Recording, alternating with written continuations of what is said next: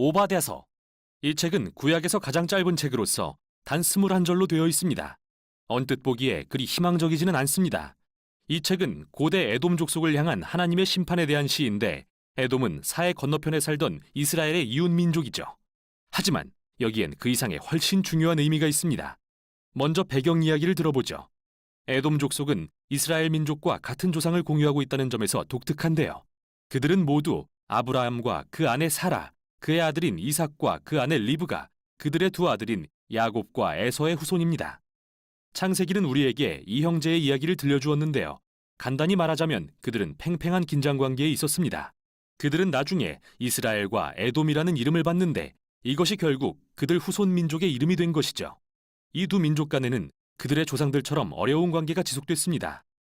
이스라엘과 에돔 간에는 수세기에 걸쳐 긴장이 극심했지만, 그래도 그들은 여전히 한 조상의 자손이었죠. 그러나 그 관계는 예루살렘이 바벨론에 멸망하는 비극을 통해 배신당하고 산산이 부서지고 마는데요. 바벨론이 이스라엘을 침략해 정복할 때 에돔 족속은 이 틈을 타서 이스라엘 도시들을 약탈하고 난민들을 사로잡아 심지어 죽이기까지 했습니다. 다른 선지서들에서 하나님은 이러한 폭력에 대해 이스라엘 이웃 족속들의 책임을 물으셨는데, 여기서 오바댜서는 에돔에게 같은 책임을 묻는 것이죠. 이 짧은 책은 두 부분으로 나눠집니다. 첫 번째 부분은 에돔의 지도자들에 대한 비난으로서 특히 그들의 교만과 자만에 대한 것인데요. 문자 그대로 그들은 사막의 높은 바위 틈에 살았을 뿐 아니라 비유적으로도 자신들이 정말 이스라엘 민족보다 우월하다고 믿었죠.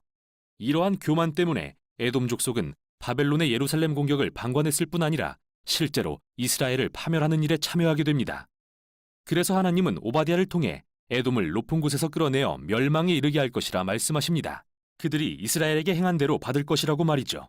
이제 에돔 족속의 멸망에 대해 더 듣게 될 거라고 생각할 즈음에 갑자기 15절에서 주제가 바뀝니다.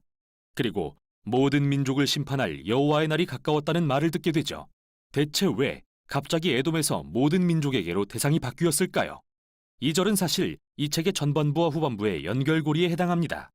후반부에서 오바댜는 여호와의 날을 선포할 때 에돔뿐만 아니라 모든 민족에 대한 심판으로 그의 시선을 넓히고 있죠.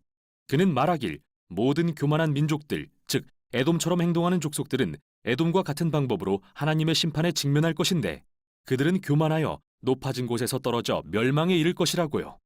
이제 에돔에 대한 전반부와 모든 민족에 대한 후반부를 연결해보면 왜 오바댜가 그렇게 이스라엘 남쪽의 작은 이웃나라에 관심을 가졌는지 알 수 있게 됩니다. 오바댜는 에돔의 교만과 멸망은 하나의 예시로서 하나님께서 언젠가 모든 민족의 교만을 대적하사 멸망시키실 것에 대한 상징으로 보았습니다. 우연이라고 보기 어려운 사실은 히브리어로 에돔이라는 단어가 인류를 뜻하는 단어인 아담과 동일한 철자를 가진다는 건데요. 오바댜서에서 에돔의 흥망은 여호와의 날에 하나님의 공의가 모든 민족의 교만과 폭력을 심판하실 것을 보여주는 일종의 비유인 것이죠.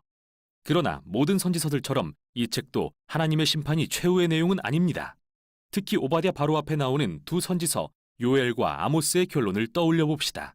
요엘은 모든 민족에게 여호와의 날이 임한 후 일어날 일에 대해 그림을 그리면서 하나님이 예루살렘의 새로운 구원의 역사를 행하실 것이며 자기를 낮추어 하나님을 부르는 자는 구원을 받을 것이라 말했습니다.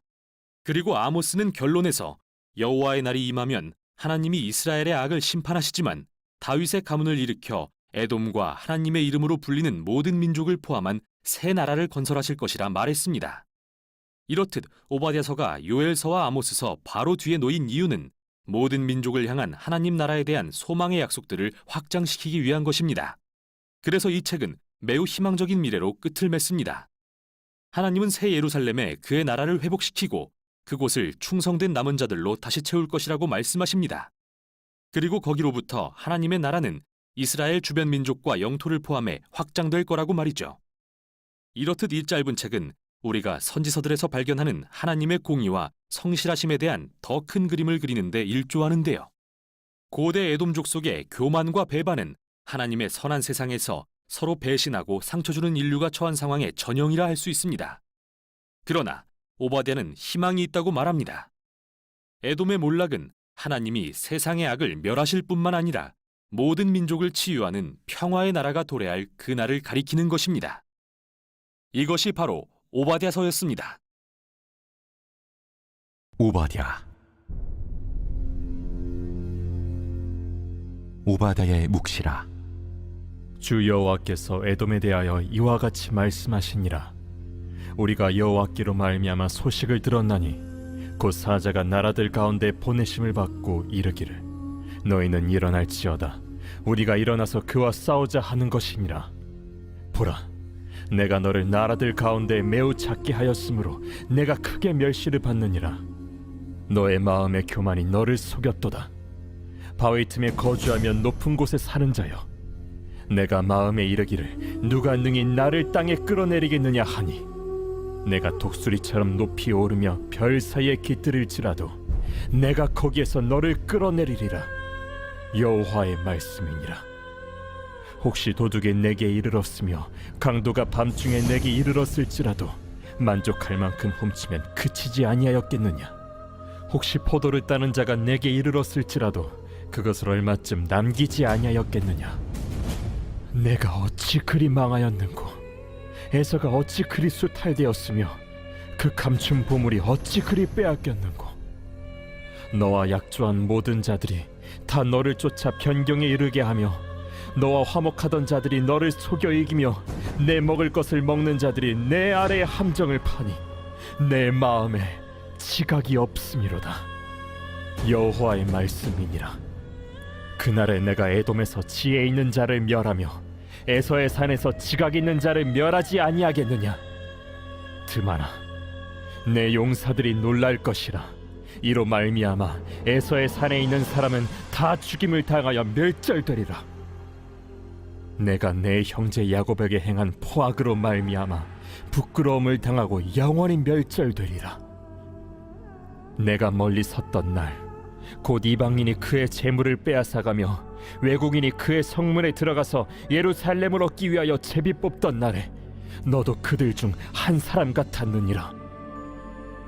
내가 형제의 날 곧 그 재앙의 날에 방관할 것이 아니며 유다 자손이 패망하는 날에 기뻐할 것이 아니며 그 고난의 날에 내가 입을 크게 벌릴 것이 아니며 내 백성이 환난을 당하는 날에 내가 그 성문에 들어가지 않을 것이며 환난을 당하는 날에 내가 그 고난을 방관하지 않을 것이며 환난을 당하는 날에 내가 그 재물에 손을 대지 않을 것이며 내 거리에 서서 그 도망하는 자를 막지 않을 것이며 고난의 날에 그 남은 자를 원수에게 넘기지 않을 것이니라. 여호와께서 만국을 벌할 날이 가까웠나니 내가 행한 대로 너도 받을 것인즉 내가 행한 것이 내 머리로 돌아갈 것이라. 너희가 내 성산에서 마신 것 같이 만국인이 항상 마시리니 곧 마시고 삼켜서 본래 없던 것 같이 되리라. 오직 시온산에서 피할 자가 있으리니 그 산이 거룩할 것이요 야곱 족속은 자기 기업을 누릴 것이며 야곱 족속은 불이 될 것이며 요셉 족속은 불꽃이 될 것이요 에서 족속은 지푸라기가 될 것이라. 그들이 그들 위에 붙어서 그들을 불사를 것인즉 에서 족속에 남은 자가 없으리니 여호와께서 말씀하셨습니다.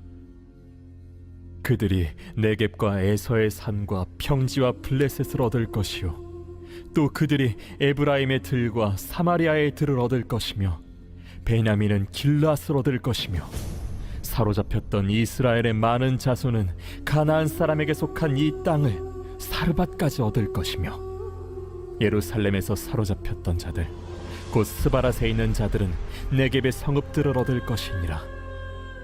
구원받은 자들이 시온산에 올라와서 에서의 산을 심판하리니 나라가 여호와께 속하리라.